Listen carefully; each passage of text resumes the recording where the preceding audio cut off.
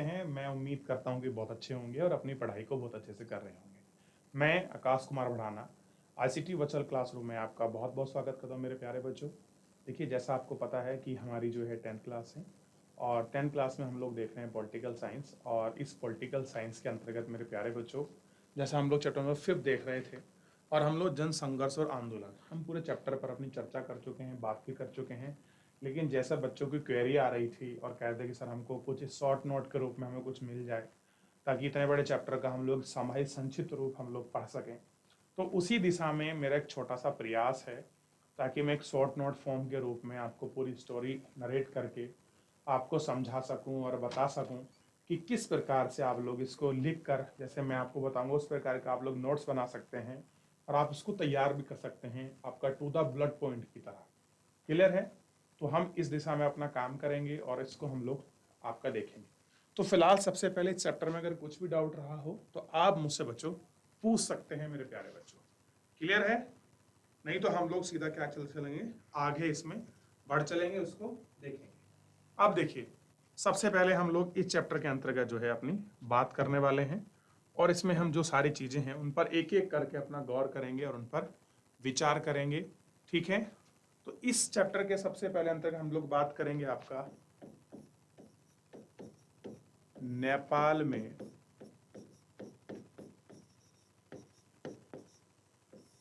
लोकतंत्र की स्थापना के विषय में हम लोग आपका देखने वाले हैं। ठीक है? ध्यान रहेगा, क्या देखेंगे? नेपाल में लोकतंत्र के विषय में स्थापना। अब देखिए, इसमें सबसे पहले हमको पता होना चाहिए कि लोकतंत्र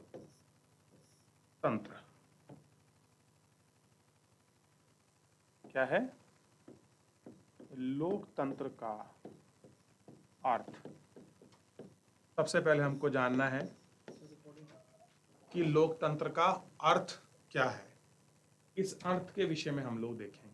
आप किसको कहेंगे कि लोकतंत्र है? कोई कंट्री, कोई देश लोकतंत्र है, आप कैसे उसको रेक्टिफाई करेंगे? नेपाल के आंदोलन, पोलैंड के आंदोलन और बोलीविया के आंदोलन, जन संघर्ष को आप देख सकते हैं। क्या आप जो आपका बोलीविया में जो आपका जन आंदोलन हुआ है, आप उस जन आंदोलन को ये कह सकते हैं कि आपका वो लोकतंत्र की स्वतंत्रता के लिए था? सोच के बताइए, गौर करिए इस पर, बताइए मुझे क्या था वो आंदोलन। क्लियर है? अब देखिए, सबसे पहले बात करते हैं लोकतंत्र में। तो लोकतंत्र क्या मतलब है? देखिए, लोकतंत्र का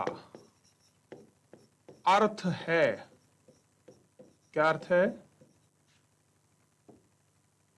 कि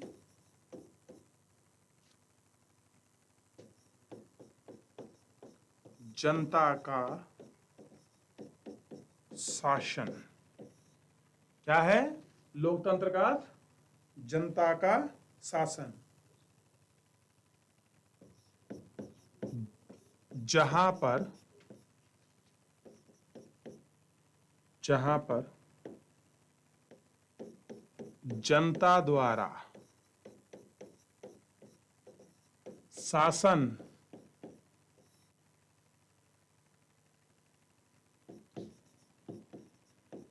किया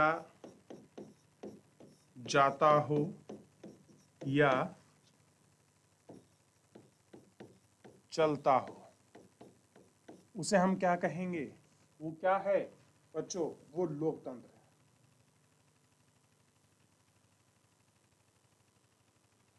और इसमें ध्यान रखना, लोकतंत्र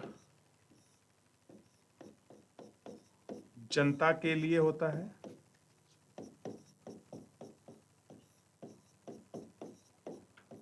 है और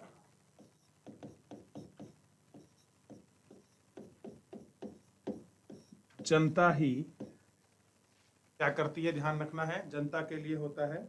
और जनता क्या करती है इसमें? अपना ध्यान देंगे बच्चे, जनता ही चुनी हुई सरकार के माध्यम से, चुनी हुई सरकार के माध्यम से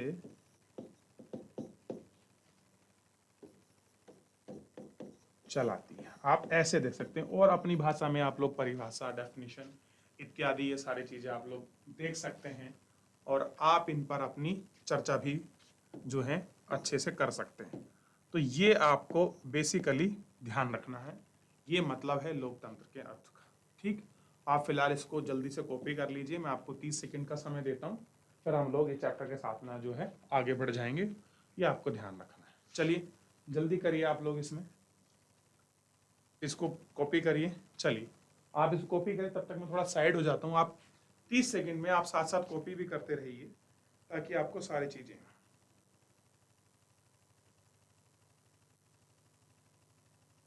कर रहे हैं ना बच्चों।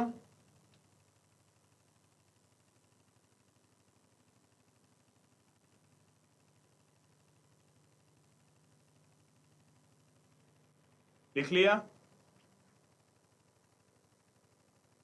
अगर आप इसको देखते चलेंगे, लिखते चलेंगे, तो सारी चीजें सरल हो जाएंगी और बहुत आसानी से आपको याद रहेगा कि लोकतंत्र का अर्थ है लोगों का, लोकतंत्र का अर्थ है जनता का शासन, जहां पर जनता शासन के द्वारा शासन किया जाता है या चलता हो। लोकतंत्र जनता के लिए होता है और जनता की चुनी हुई सरकार के माध्यम से ही चलती है। ठीक, आगे देखते हैं थोड़ा सा। अब हम इसके अंतर्गत जो है हम थोड़ा सा आपका बात करने वाले हैं आपके नेपाल में जो आंदोलन हो रहे थे उसके विषय में।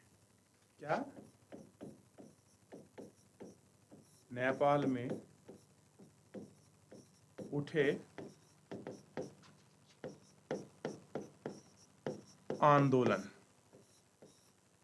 क्या है जो नेपाल में आपके आंदोलन उठे हैं, उस आंदोलन की हम लोग बात कर रहे हैं।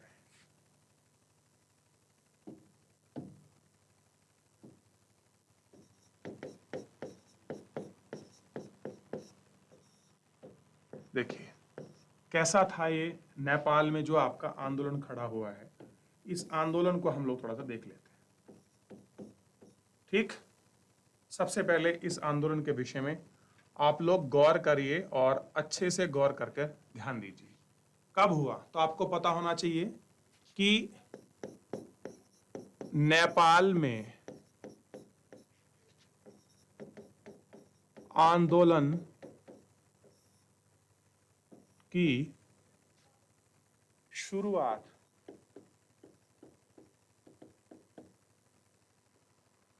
वर्ष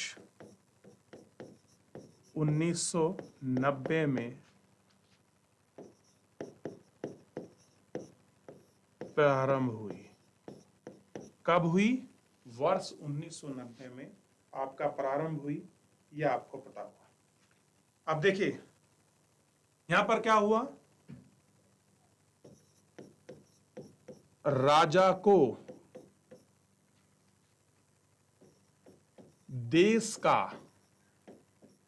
क्या कर दिया बच्चों, राजा को देश का औपचारिक, क्या किया गया, औपचारिक रूप से देश का प्रधान बनाया गया। क्या किया गया, औपचारिक बनाया गया। जबकि वास्तविक शक्ति का स्रोत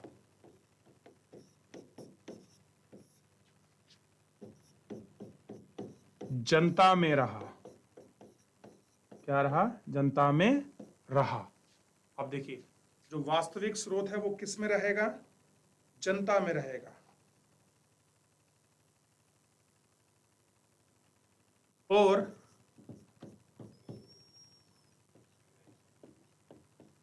जनता के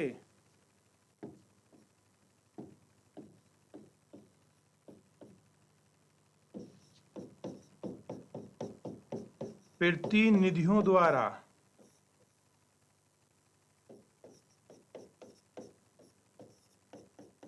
शासन को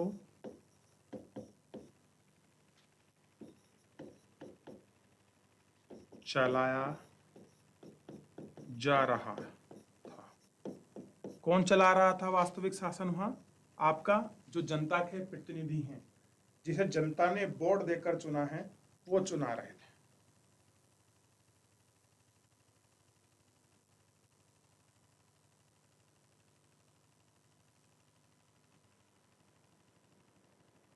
अब देखिए आगे बढ़ते हैं।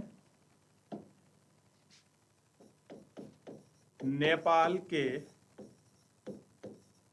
राजा कौन थे? जल्दी बताइए बच्चों।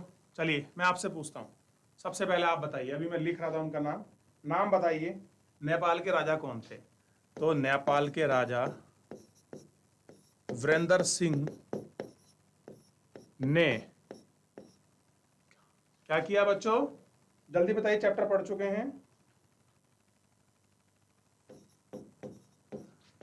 देश का संवैधानिक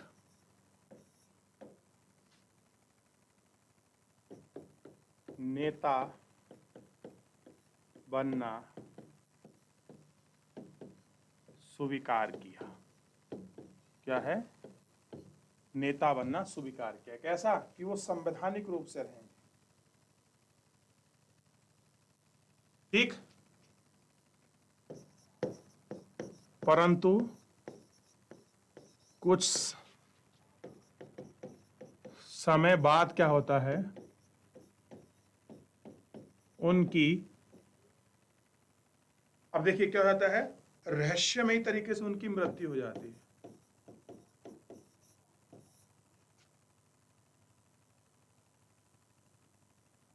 थोड़ा ध्यान दीजिए। उनकी रहस्यमयी तरीके से उनकी मृत्यु हो गई।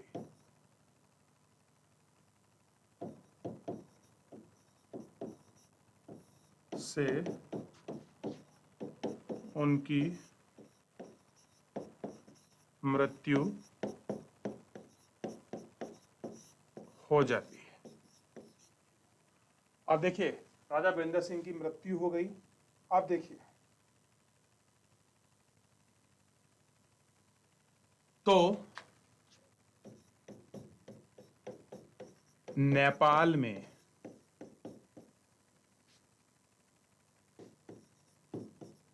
फिर एक राजनैतिक, क्या है बच्चों ध्यान रखना है, राजनैतिक संकट खड़ा हो गया। अब क्या हो गया कि वहां पर राजनीतिक संकट खड़ा हो गया। क्या था वो राजनीतिक संकट? कि नेपाल के नए राजा, क्या नाम था बच्चों नए राजा का? ध्यान दीजिए।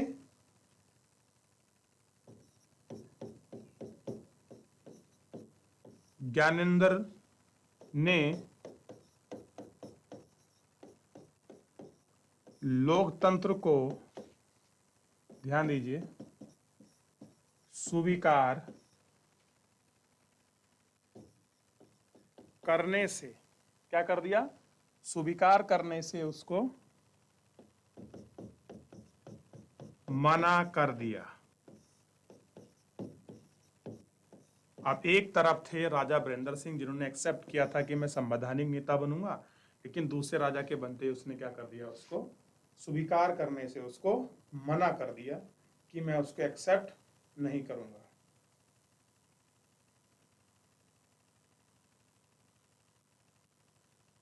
ठीक।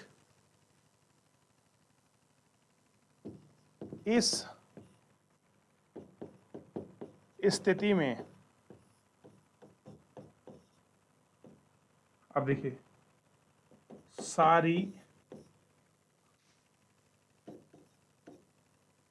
राजनैतिक पार्टी तथा आम जन संघर्ष के लिए तैयार हो गए। अब क्या होगा? आम जन संघर्ष होगा। और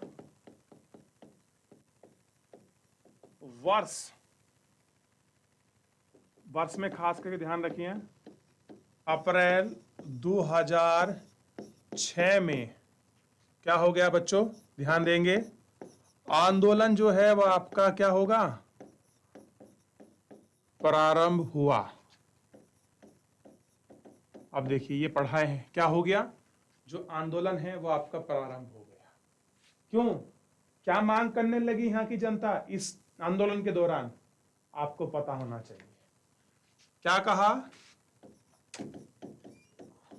आम जन संघर्ष की मांग थी कि,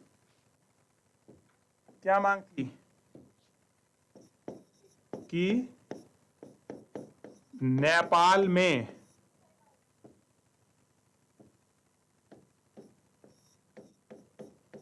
क्या हो बच्चों? नेपाल में बताइए,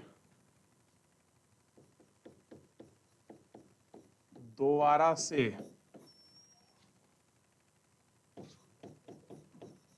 लोकतंत्र की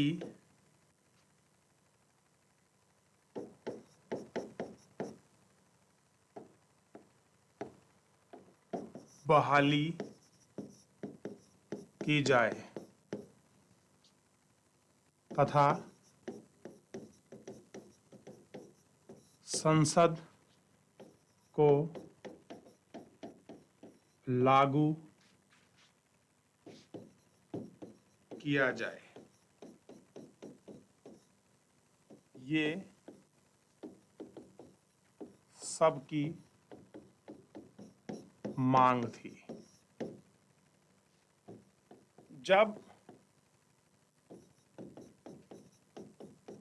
आंदोलन में 3 से 5 लाख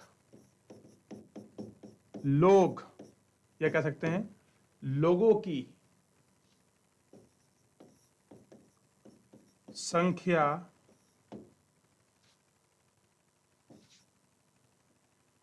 बढ़ने लगी, तब राजा ज्ञानेंद्र ने कुछ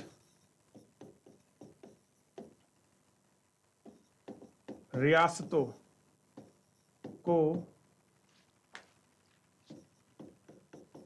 देने का निश्चय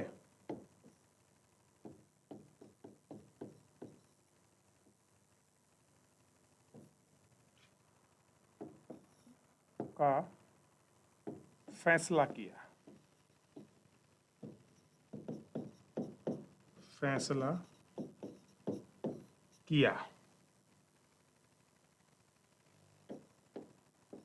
लेकिन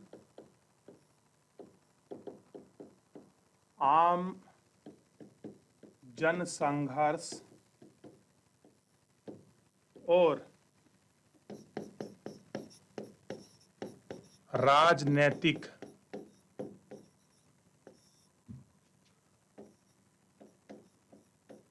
पार्टी ने इसे स्वीकार नहीं किया। अब देखिए क्या कर रही हैं जितनी भी वहां की राजनीतिक पार्टियां हैं और जो आम जन संघर्ष है, उन्होंने क्या नहीं किया? इस चीज को एक्सेप्ट नहीं किया। ठीक है, ठीक। और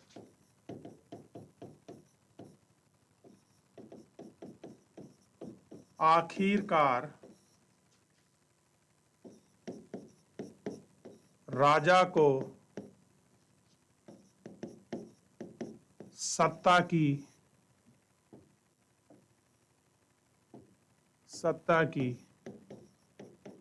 बाघ डोर को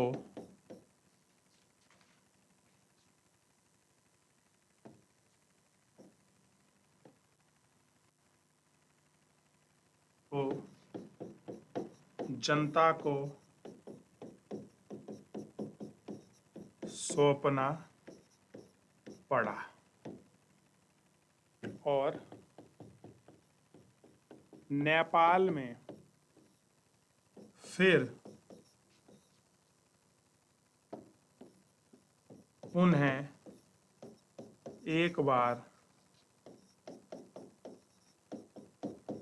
लोकतंत्र ऑब्लिक संसदीय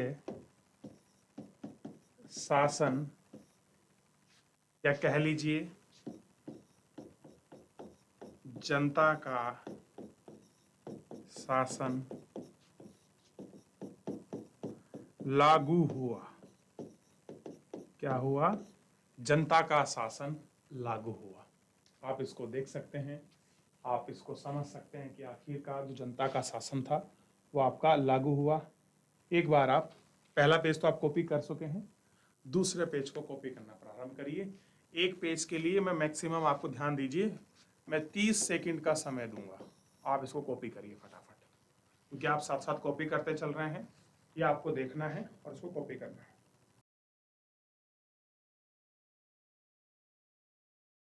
चलिए, इस पेज को कॉपी कर लिया, अगला पेज कॉपी करिए फटाफट।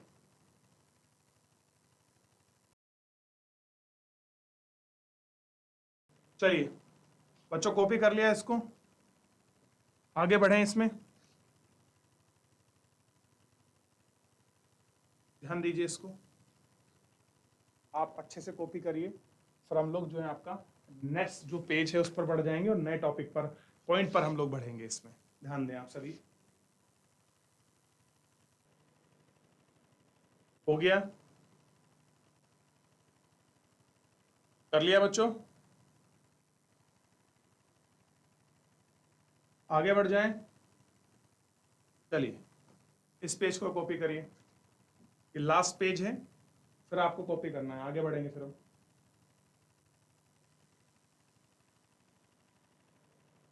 जल्दी जल्दी आप लोग करते चलिए ताकि हम लोग आगे बढ़ चलें। इस पेज को कॉपी करिए, अंतिम पेज है, और जल्दी से आप लोग लागू करें। नए पॉइंट पर हम लोग लिखेंगे इसको। लास्ट, जल्दी बच्चों थोड़ा सा आप लोग कर लीजिए ताकि हम लोग आगे बढ़ें। कर लिया? कितने बच्चों ने करा है? हाथ खड़ा कीजिए। बहुत अच्छे। चलिए ध्यान दें, फिर आगे बढ़ें। चलिए थोड़ा सा हम लोग नए टॉपिक इस पे है, बिंदु हैं, और इन पर हम लोगों को विशेष कर कर आपको ध्यान रखना है, पॉइंट मिलते हैं। देखिए, वर्ग विशेष,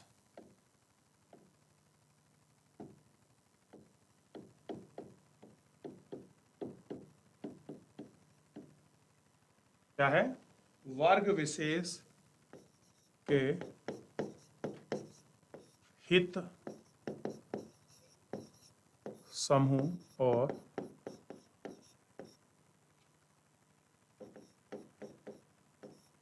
जन सामान्य के हित समूह को हमको देखना है। ठीक है? और इसमें हम सबसे पहले जो बात करने वाले हैं वो ध्यान दीजिए। सबसे पहले हम क्या बात करने वाले हैं कि हित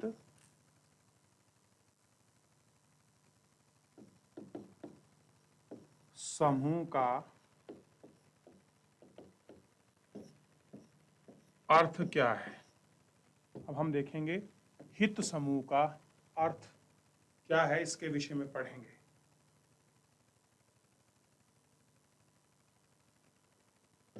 देखिए, हित समूह में किसी खास किसी खास हिस्से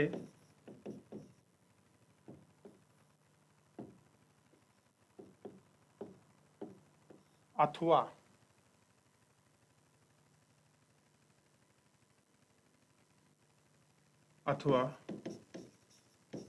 समूह के हितों को बढ़ावा देने का क्या है, बढ़ावा देने का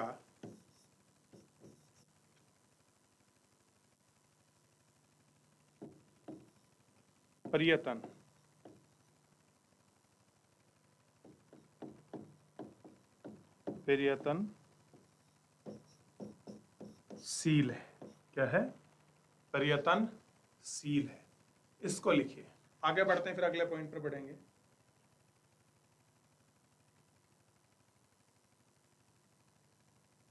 को लिखिए।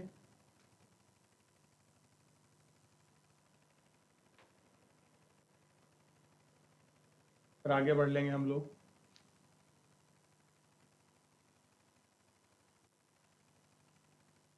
कर लिया कॉपी? चलिए अच्छे से कर लीजिए, कोई इश्यू नहीं है। तो अभी हित समूह का अर्थ हम लोग देख रहे हैं।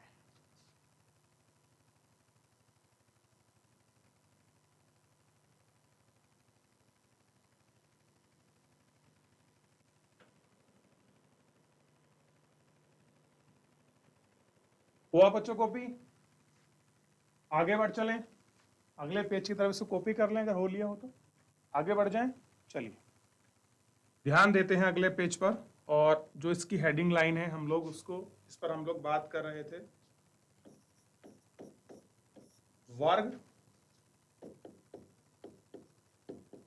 वर्ग विशेष। वर्ग विशेष को थोड़ा सा हम लोग इसमें देख लेते हैं, किसको वर्ग विशेष हम लोग कहेंगे। क्या है वर्ग विशेष? देखिए, हित समूह आमतौर पर, क्या है, हित समूह आमतौर पर समाज के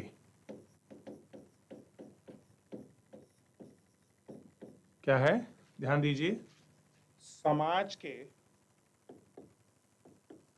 किसी विशेष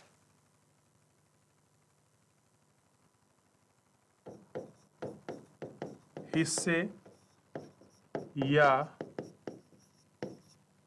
समूह को, हिस्से या समूह को, या कह सकते हैं समूह के हित को बढ़ा मतलब उसको आगे बढ़ाने का प्रयास करने का, बढ़ावा देता है, उन्हें वर्ग विशेष, क्या है, उन्हें वर्ग विशेष हित समूह